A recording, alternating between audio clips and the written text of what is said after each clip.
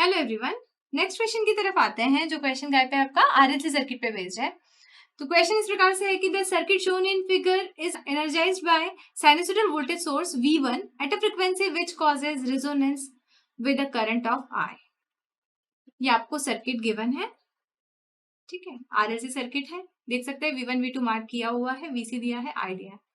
The phasor diagram which is applicable to this circuit is, चार option दे दिए हैं। चारों ऑप्शन में आपको क्या दिया है, फेजर डायग्राम्स दिए हैं।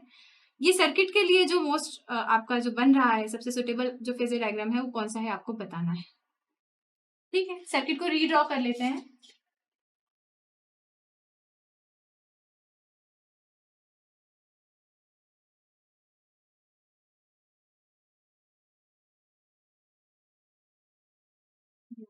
सर्किट है आरएलसी, इसमें वोल्टेज अक्रॉस कैपेसिटर बता दिया क्या है, वीसी मार्क है ऑलरेडी। कैपेसिटर का कैपेसिटिव रिएक्टेंस क्या होगा, एक्सी होगा। इंडक्टर का एक्सएल होगा, रेजिस्टेंस आर। तो यहाँ हमें बोल दिया है ये आर बी है, ये आर ए है, ये करंट यहाँ से फ्लो होने वाला आई है। क्यों यहाँ से पूरा करंट फ्लो हो रहा है, क्योंकि यहाँ से जो है आपका सर्किट ओपन है। यहाँ पे वोल्टेज है आपका V2। यदि देखा जाए तो यहाँ एक लूप बन रहा है, ठीक है।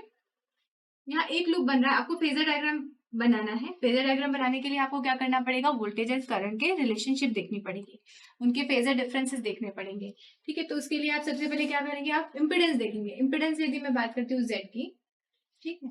और आपको एक और क्वेश्चन में एक और चीज दी हुई है कि सर्किट जो दिया गया है उसमें जो इस प्रकार का साइनसॉइडल वोल्टेज सोर्स है आपका, कि वो फ्रिक्वेंसी क्या करती है, रिजोनेंस पैदा करती है, मतलब रिजोनेंस की कंडीशन लाती है, ठीक है। और हमको इम्पिडेंस क्या दिया है, हम यहाँ से देख सकते हैं। इम्पिडेंस हमारा क्या हो जाएगा, इम्पिडेंस हो जाएगा हमारा R A plus R B, R A plus R B plus j XL minus XC, ये आपका इम्पिडेंस है। अब रेजोनेंस ऐसी फ्रिक्वेंसी है जो क्या है, जिसके कारण से रेजोनेंस आ रहा है, मतलब वो रेजोनेंस फ्रिक्वेंसी है। तो इसका मतलब एट रेजोनेंस हम जानते हैं XL is equal to XC होता है। इसका मतलब at resonance Z is equal to R A plus R B होगा। इसका मतलब जो आपका इंपिडेंस रहेगा at the time of resonance वो प्योरली रेजिस्टिव रहेगा और मिनिमम रहेगा, ठीक है। तो इनपुट आउटपुट जो वोल्टेज रहेगा वो क्या रहेंगे, उस समय जब रेजोनेंस कंडीशन होगी वो उस समय क्या होंगे, फेज में होंगे, क्योंकि उस समय कोई भी रिएक्टिव पार्ट आपका नहीं है, सिर्फ रेजिस्टिव है, प्योरली रेजिस्टिव है। तो चूंकि at resonance circuit is purely resistive, तो V1, ये जो V1 है ना, यहाँ से यहाँ का वोल्टेज और यहाँ से फ्लो होने वाला current, V1 and I are in phase या in same phase.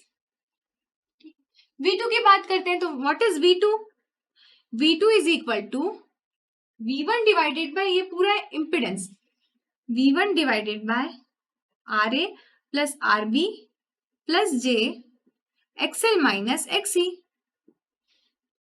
Multiplied by ये क्या आया, हमें क्या निकालना है, V2 निकालना है। V2 ये वोल्टेज, तो हमने क्या किया, करंट निकाला, करंट हमारा ये आया, मल्टीप्लाइड बाय ये इतना ब्रांच,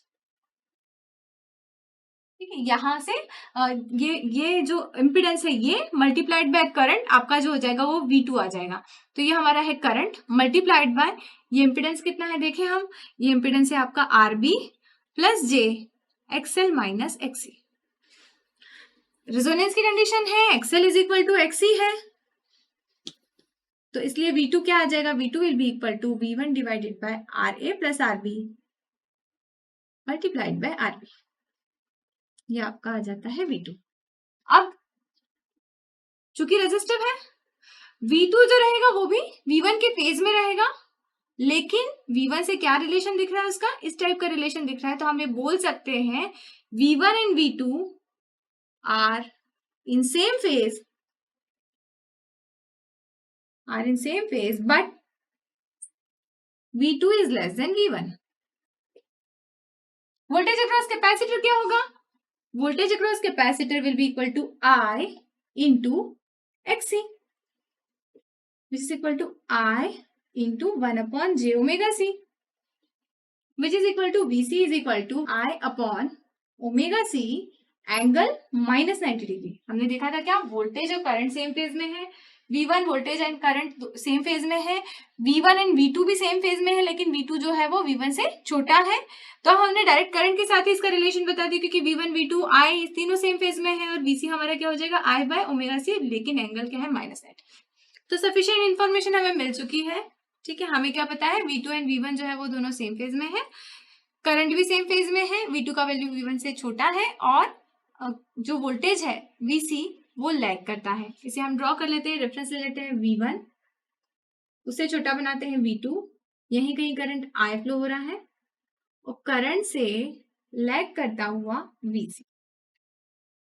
ये आपका फेजर डायग्राम होगा। जो कौन सा ऑप्शन है, ऑप्शन नंबर ए जो है वो आपका करेक्ट ऑप्शन है।